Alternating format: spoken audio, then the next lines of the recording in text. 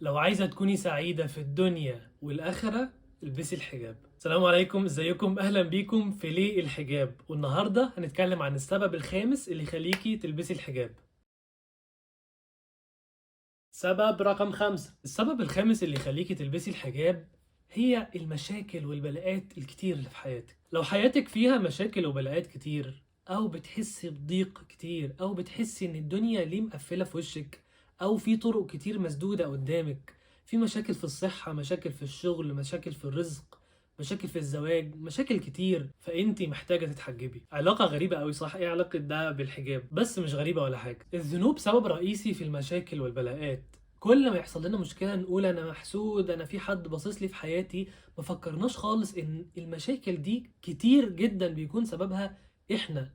الله سبحانه وتعالى بيقول: وما أصابكم من مصيبة فبما كسبت أيديكم. فكتير من مشاكلنا إحنا سببها، قراراتنا وكل اختياراتنا. ممكن يكون المشاكل انت فيها بسبب انك لسه مش محجبة، لسه مش بتطيع امر ربنا سبحانه وتعالى. ربنا فرض عليك الحجاب ولسه مش محجبة حجاب صحيح. فممكن يكون ده تسبب في تأخير زواج، في قلة رزق، في صحة. والبلاءات دي مش بتضرنا احنا بس، او عدم حجابك بيضرك انت بس، بل بيضر الأمة كلها. ربنا بيقول: ظهر الفساد في البر والبحر بما كسبت أيدي الناس ليذيقهم بعض الذي عملوا. بسبب أعمالنا. بس بصي تكملة الآية، شوفي ربنا رحيم سبحانه وتعالى.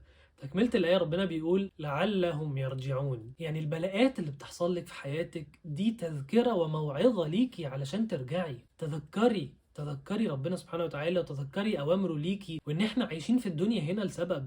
عايشين عشان نعبده، علشان نوحده، عشان نسمع كلامه ونطيع أمره. اتحجبي دلوقتي علشان محتاجة تنقذي نفسك في الدنيا. اتحجبي دلوقتي علشان تعيشي حياة أحسن. بس على فكرة، انا مش بقولك لو اتحجبتي هتعيش حياة وردي وكل حاجة بقى الفلوس والدولارات هتنزل عليكي والعرسان والصحة. انا مش بقول كده، رغم ان احنا نطمع في كرم ربنا سبحانه وتعالى، يعني وليس ذلك على الله بعزيز، يعني ربنا اكرم الاكرمين. لكن بقولك ربنا هيرضى عنك، ولو ربنا رضي عنك انت مش متخيلة حياتك هتبقى عاملة ازاي، وقلبك واستيعابك لكل مشكلة وكل حاجة بتحصل في حياتك هتبقى عاملة ازاي. لو اتحجبتي طاعة لله هتعيشي حياة طيبة. ربنا بيقول: من عمل صالحا من ذكر أو أنثى وهو مؤمن فلنحيينه حياة طيبة ولنجزينهم أجرهم بأحسن ما كانوا يعملون.